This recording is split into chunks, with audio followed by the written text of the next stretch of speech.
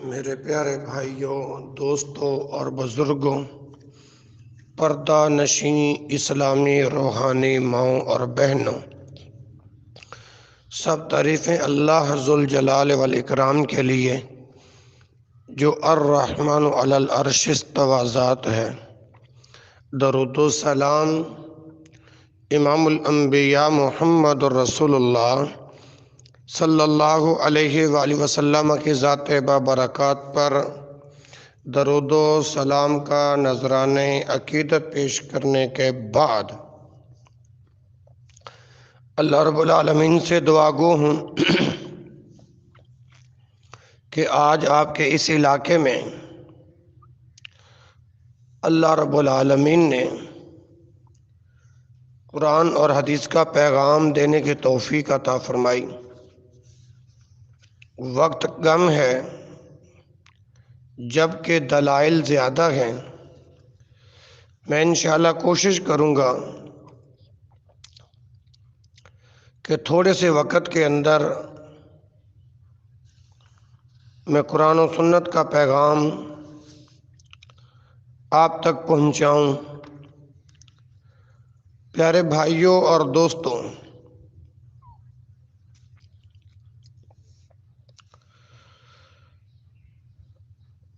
دلائل ذرا توجہ سے سماعت فرمانا۔ ان عائشہ رضی اللہ عنہ قالت قال رسول اللہ صلی اللہ علیہ وسلم لا تقطع ید السارق الا فی ربع دینار فصاعدا، متفق علیہ، واللفظ لمسلم ولفظ البخاری تقطع ید السارق فی ربع دینار فصاعدا، وفی روایت لأحمد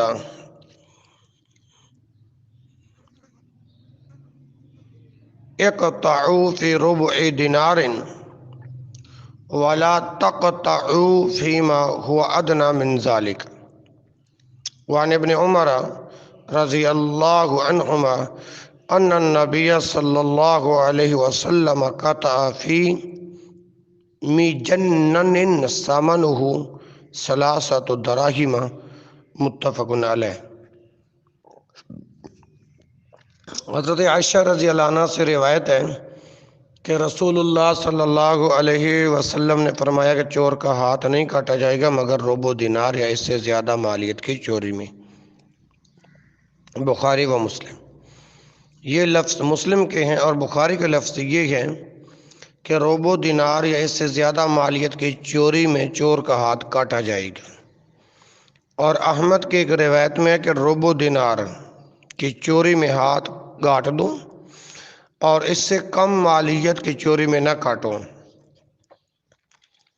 حضرت ابن عمر رضی اللہ عنہ سے روایت ہے کہ نبی کریم صلی اللہ علیہ وسلم نے ایک ڈھال کی چوری میں ہاتھ کاٹے جس کی قیمت 3 درہم تھی۔ اب جو توجہ طلب بات ہے بھائیو وہ یہ ہے السارقہ سے مراد ہے چرائی ہوئی چیز ہے۔ باب سارقہ یسرق بر وزن ضاربہ۔ الحمدللہ۔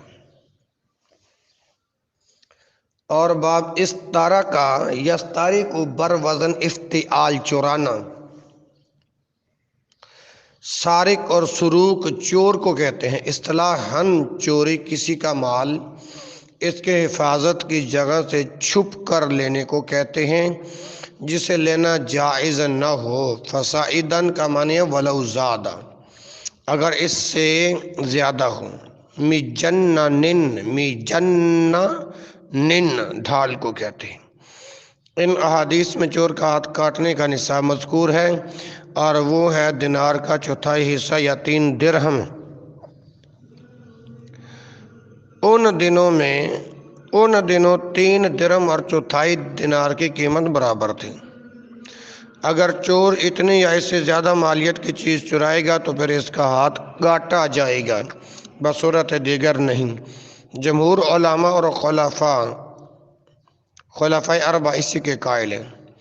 احناف کا کہنا ہے کہ ہاتھ کاٹنے کا نصاب 10 درہم ہے اور اہل ظاہر نے کہا کہ چوری کم مالیت کی ہو، زیادہ کی۔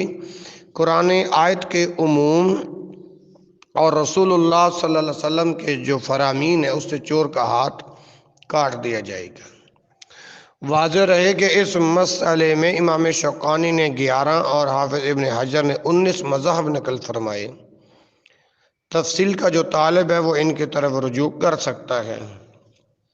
نیل الاوتار جلد نمبر 4 صفحہ 576 تا 578، فتح الباری کی 14ویں جلد صفحہ 61، الام الشافی کی 6 جلد صفحہ 130، اختیار کی 4 جلد صفحہ 103، المغنی کی 12ویں جلد صفحہ 41، ہدایت المجتہد کی 2 جلد صفحہ 447۔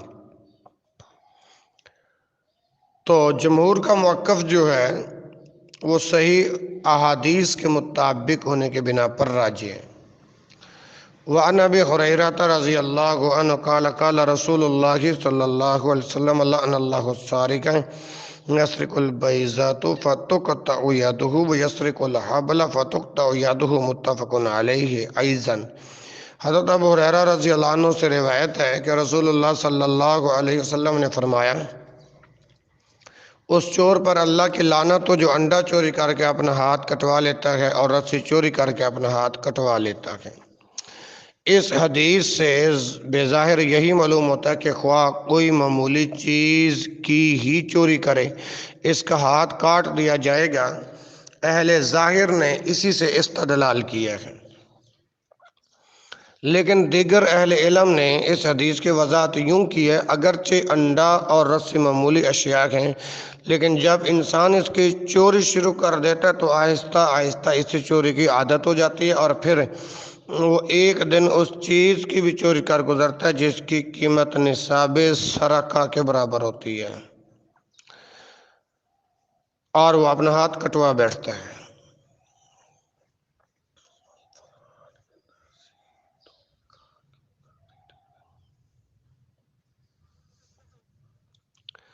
اللہ اکبر۔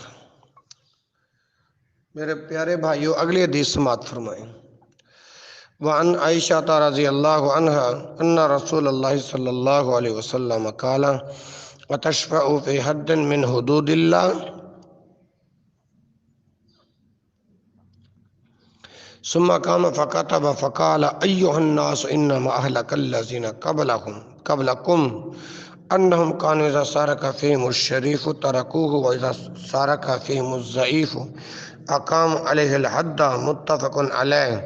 واللفظ لمسلم وله من وجه آخر عن عائشة رضی اللہ عنہا قالت كانت امرأة تستعير المتاع وتجهده فأمر النبي صلی اللہ علیہ وسلم بقطع يدها۔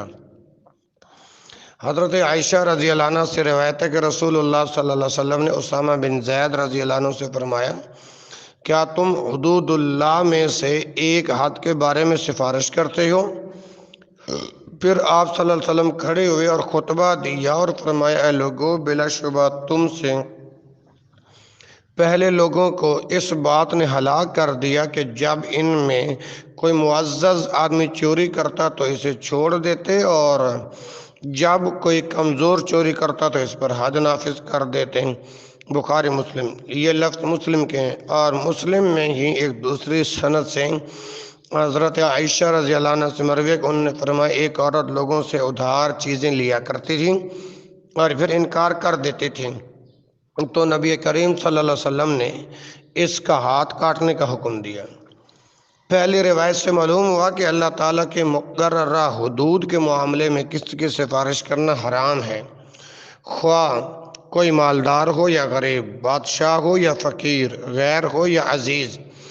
ایک روایت میں ہے کہ رسول اللہ صلی اللہ علیہ وسلم نے فرمایا، جس شخص کی سفارش حدود الہی میں سے کسی حد کے درمیان حائل ہو گئی وہ اللہ تعالیٰ کے حکم کی مخالفت کرنے والا ہے۔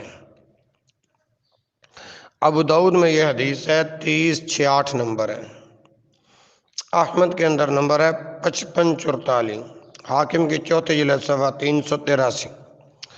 مذکورہ بالا دوسری روایت سے معلوم ہوتا ہے کہ اگر کوئی چیز ادھار لے کر اس کا انکار کر دے تو اس کا بھی ہاتھ کاٹ دیا جائے گا۔ امام احمد، امام اسحاق، امام ابن حزم اور اہل ظاہر اسی کے قائل ہیں۔ جمہور کا کہنا ہے کہ اس کا ہاتھ نہیں کاٹا جائے گا کیونکہ قرآن میں سارق، چور کا ہاتھ کاٹنے کا حکم ہے، یہ لغوی اعتبار سے سارق نہیں۔ نیل الاوتار جلد نمبر 4 صفحہ نمبر 585۔ امام ابن قیم رحمہ اللہ نے فرمایا کہ ادھار کا انکار بھی سارقہ میں شامل ہے۔ زاد المعاد جلد نمبر 5 اور صفحہ 50۔ اور نواب صدیق حسن خان رحمہ اللہ نے جمہور کا جواب یوں دیا ہے، اگرچہ لغوی اعتبار سے سارق نہیں لیکن شرعی اعتبار سے تو سارق ہے، اور شرع کو لغت پر ترجیح حاصل ہے۔ الروضۃ الندیہ کی دوسری جلد صفحہ 605۔ امام شوکانی رحمہ اللہ نے فرمایا کہ یہ حدیث امانت کا انکار کرنے والے پر بھی صادق آتی ہے کہ وہ چور ہے، اور برحق بات یہی ہے، امانت کا انکار کرنے والے کا بھی ہاتھ کاٹا جائے گا۔ یہ ان دلائل سے خاص ہوگا جن میں حرز کا اعتبار ہے۔ نیل الاوتار جلد نمبر 4 صفحہ 586۔ امام احمد رحمہ اللہ وغیرہ کا موقف ہی راجح معلوم ہوتا ہے، واللہ عالم۔ نیز یہ بھی یاد رہے کہ جس روایت میں ہے کہ اس عورت نے رسول اللہ صلی اللہ علیہ وسلم کے گھر سے ایک چادر چرائی تھی، وہ حدیث ضعیف ہے۔ ابن ماجہ میں موجود ہے، 555 نمبر ہے، ضعیف حدیث ہے۔ اور ضعیف ابن ماجہ جو ہے اس میں 555 ہے، کتاب الحدود میں ہے یہ روایت موجود ہے۔ اور ابن ماجہ میں ویسے روایت ہے 2548۔ ابن ابی شیبہ کی 5ویں جلد صفحہ 474۔ اسی طرح حدیث کا نمبر ہے 28081۔ حاکم کی 4تھی جلد صفحہ 379۔ بیہقی کی 8ویں جلد صفحہ 281۔ وعن جابر رضی اللہ عنہ عن النبی صلی اللہ علیہ وسلم قال لیس علی خائن ولا مختلس ولا منتہب قطع، رواہ احمد والاربعۃ وصححہ ایضا ترمذی وابن حبان۔ پیارے بھائیوں اور بہنوں، توجہ کرنا، حضرت جابر رضی اللہ عنہ سے روایت ہے کہ نبی کریم صلی اللہ علیہ وسلم نے فرمایا، خائن، ڈاکو اور غاصب کا ہاتھ نہیں کاٹا جائے گا۔ اسے احمد اور چاروں نے روایت کیا، اسے ترمذی اور ابن حبان نے صحیح کہا ہے۔ خائن وہ ہے جو ظاہراً خیر خواہ اور خفیہ دھوکہ و فریب کے ذریعے مال حاصل کرنے والا ہو۔ مختلسن یا مختلس جو کسی کا مال جھپٹا مار کر سلب کر لے۔ منتہب جو زبردستی غلبہ پا کر مال چھین لے۔ اس روایت سے معلوم ہوا کہ ان تینوں کا ہاتھ نہیں کاٹا جائے گا۔ شافعیہ اور حنفیہ اسی کے قائل ہیں۔ تحفۃ الاحوذی کی جلد نمبر 4 اور صفحہ 835۔ اللہ اکبر۔ جبکہ امام احمد نے کہا ان سب کا ہاتھ کاٹا جائے گا۔ نیل الاوتار جلد نمبر 4 صفحہ 583۔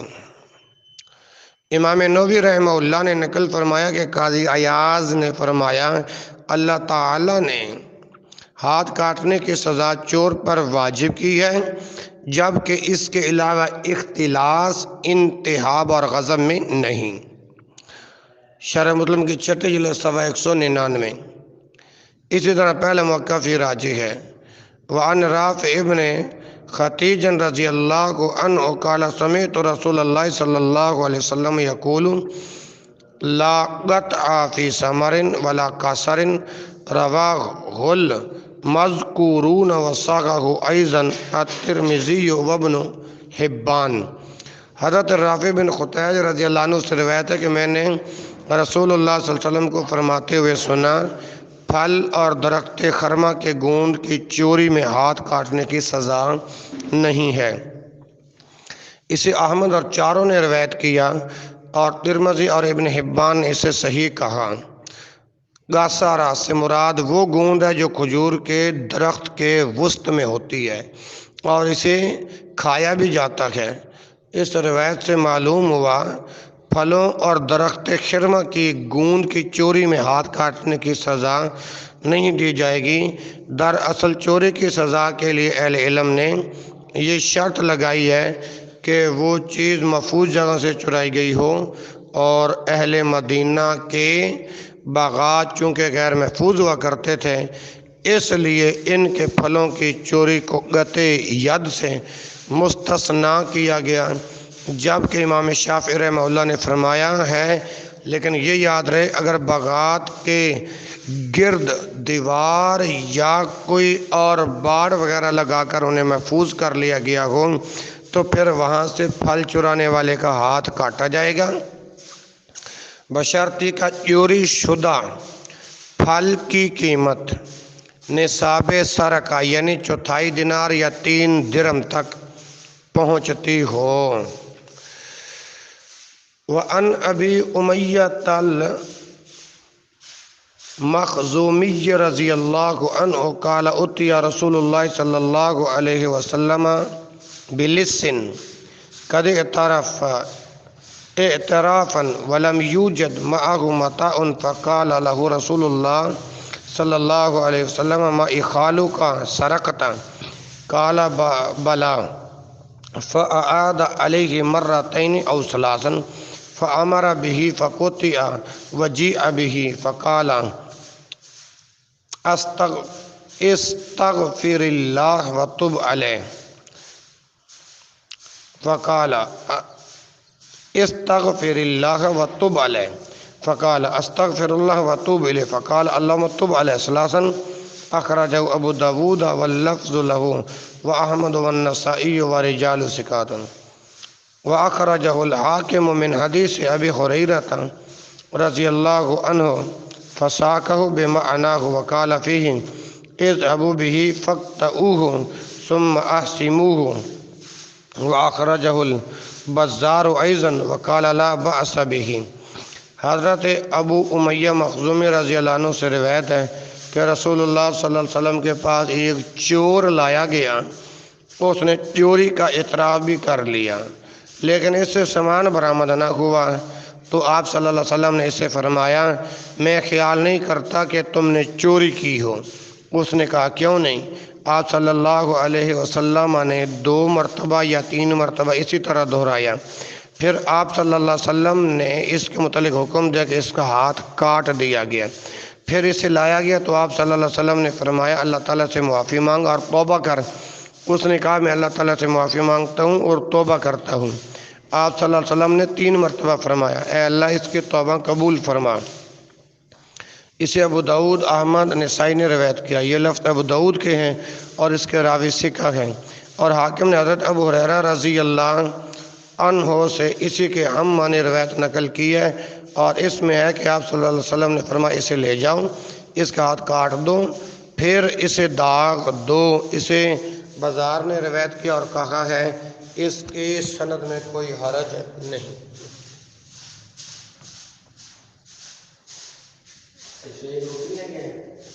روٹی لے کے آئے اندر پئی۔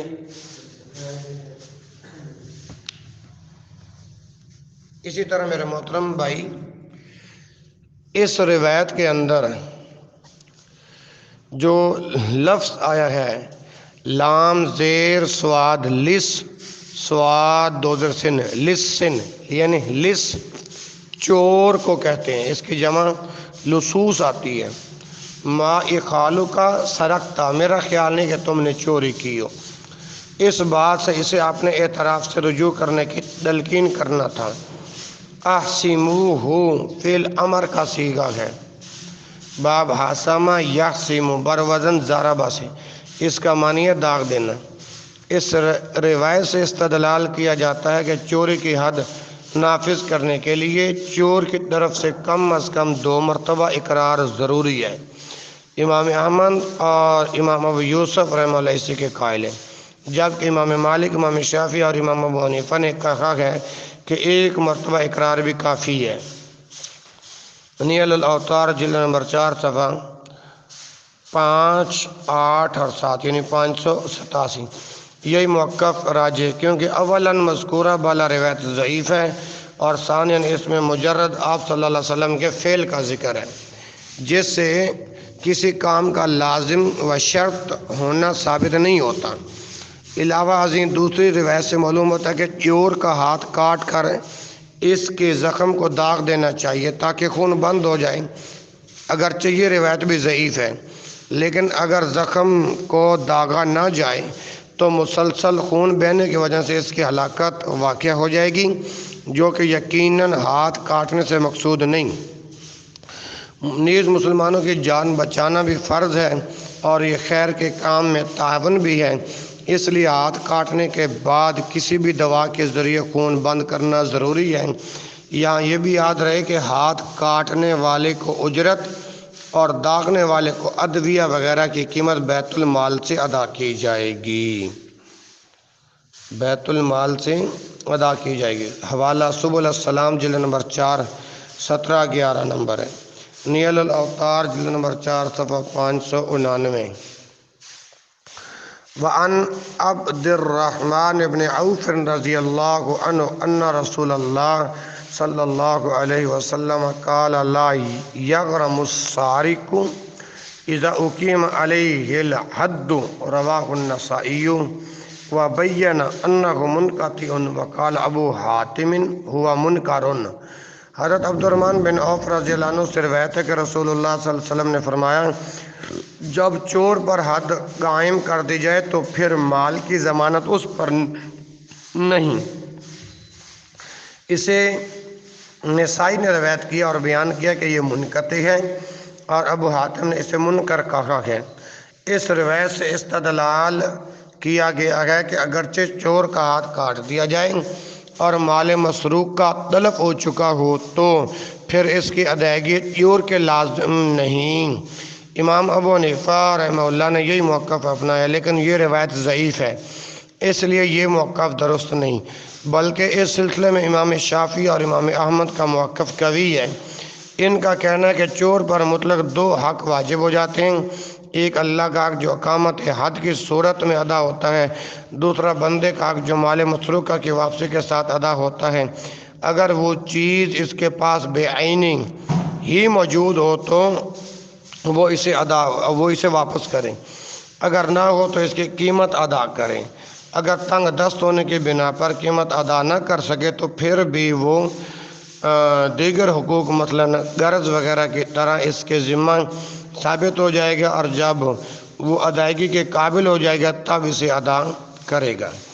وعن عبد اللہ بن عمرو بن العاص رضی اللہ عنہما عن رسول اللہ صلی اللہ علیہ وسلم انہ سئل عن الثمر المعلق فقال من اصاب بفیہ من ذی حاجۃ غیر متخذ خبنۃ فلا شیء علیہ ومن خرج بشیء منہ فعلیہ الغرامۃ والعقوبۃ ومن خرج بشیء منہ بعد ان یوبیہ الجارین فبلغ ثمن المجن فعلیہ القطع، اخرج ابو داود والنسائی وصححہ الحاکم۔ حضرت عبداللہ بن عمرو بن عاص رضی اللہ عنہ سے روایت ہے، رسول اللہ صلی اللہ علیہ وسلم سے لٹکے ہوئے پھل توڑنے کے متعلق پوچھا گیا تو آپ صلی اللہ علیہ وسلم نے فرمایا، جو شخص پھلوں کو ضرورت کے وقت اپنے منہ سے پکڑے اور چھپا کر نہ لے جائے، اس پر کوئی سرزنش نہیں، جو اسے اٹھا کر لے جائے اس پر تاوان بھی ہے اور سزا بھی۔ اور جو شخص اس صورت میں کوئی چیز اٹھائے کہ مالک نے اسے توڑ کر ڈھیروں کی صورت میں محفوظ کر لیا ہو اور اس چوری شدہ چیز کی قیمت ڈھال کی قیمت کو پہنچ جائے تو اس میں ہاتھ کاٹا جائے گا۔ اسے ابو داؤد اور نسائی نے روایت کیا اور حاکم نے اسے صحیح کہا ہے۔ خوبنا، کپڑے کا کنارہ اور پلو، مراد یہ ہے کہ کپڑے میں باندھ کر نہ لے جائیں۔ جرین، کھجور خشک کرنے کی جگہ۔ اس روایت سے معلوم ہوتا ہے کہ اگر کوئی بھوکا شخص پھلوں کے درخت دیکھے اور کچھ پھل کھا کر اپنا پیٹ بھر لے اور الٹا بنے، اس پر کوئی حد یا تاوان نہیں، لیکن اگر وہ پھل اتار کر کھا بھی لے اور ساتھ بھی لے جائے تو پھر اسے کچھ سزا، زیادہ سے زیادہ 10 کوڑے بھی دی جائے گی، اور اس کے ذمے اتارے ہوئے پھلوں کی قیمت ادا کرنا بھی لازم ہوگا، اور اگر مالک پھل درختوں سے اتار کر محفوظ کر چکا ہو اور کوئی وہاں سے بلا اجازت پھل اٹھا لے تو اس کا ہاتھ کاٹا جائے گا، بشرطے کہ اٹھائی ہوئی چیز کی قیمت 3 درہم یا ربع دینار تک پہنچتی ہو۔ اہل علم نے اسی حدیث سے یہ اصول اخذ کیا ہے کہ ہاتھ صرف اسی صورت میں کاٹا جائے گا جب کسی کے مال، محفوظ مال سے کچھ چوری کیا گیا ہو۔ وعن صفوان بن امیہ رضی اللہ عنہ ان النبی صلی اللہ علیہ وسلم قال لما امر بقطع الذي سرق رداءه فشفع فيه حل كان ذلك قبل ان تأتيني به اخرجه احمد والاربعة وصححه ابن الجارود والحاکم۔ حضرت صفوان بن امیہ رضی اللہ عنہ سے روایت ہے کہ جب آپ صلی اللہ علیہ وسلم نے اس شخص کا ہاتھ کاٹنے کا حکم دیا جس نے یعنی صفوان رضی اللہ عنہ کی چادر چرائی تھی، انہوں نے اس چور کے بارے میں سفارش کی تھی، تو نبی کریم صلی اللہ علیہ وسلم نے فرمایا اسے میرے پاس لانے سے پہلے تو نے ایسا کیوں نہ کیا؟ اسے احمد اور چاروں نے روایت کیا ہے، ابن جارود اور حاکم نے اسے صحیح کہا ہے۔ یہ واقعہ اس طرح ہے، حضرت صفوان رضی اللہ عنہ مسجد میں اپنی چادر سر کے نیچے رکھ کر لیٹے ہوئے تھے، اچانک ایک آدمی نے آپ کی چادر اٹھا لی۔ حضرت صفوان رضی اللہ عنہ اس چور کو لے کر رسول اللہ صلی اللہ علیہ وسلم کی خدمت میں حاضر ہوئے تو نبی صلی اللہ علیہ وسلم نے اس کا ہاتھ کاٹنے کا حکم دے دیا۔ جب یہ سنا تو صفوان رضی اللہ عنہ کو رحم آ گیا، ترس آ گیا، تو انہوں نے نبی صلی اللہ علیہ وسلم سے درخواست کی کہ اسے معاف کر دیا جائے، تو آپ صلی اللہ علیہ وسلم نے فرمایا تو نے ہمارے پاس آنے سے پہلے ایسا کیوں نہ کیا؟ اس روایت سے معلوم ہوتا ہے کہ جب معاملہ شرعی عدالت میں پہنچ جائے تو پھر لازماً سزا دی جائے گی۔ ایک دوسری روایت میں ہے کہ آپ صلی اللہ علیہ وسلم نے فرمایا آپس میں حدود کو معاف کر دیا کرو، لیکن جو حد کا معاملہ میرے پاس پہنچ گیا تو سمجھ لو کہ وہ واجب ہوگی۔ امام ابن عبد البر نے فرمایا کہ اس بات پر اجماع ہے جب معاملہ سلطان و حکمران کے پاس پہنچ جائے گا تو اس پر واجب ہوگا کہ وہ حد کو نافذ کریں۔ وعن جابر رضی اللہ عنہ قال جیء بسارق الی النبی صلی اللہ علیہ وسلم فقال اقتلوه فقال یا رسول اللہ انما سارق قال اقطعوه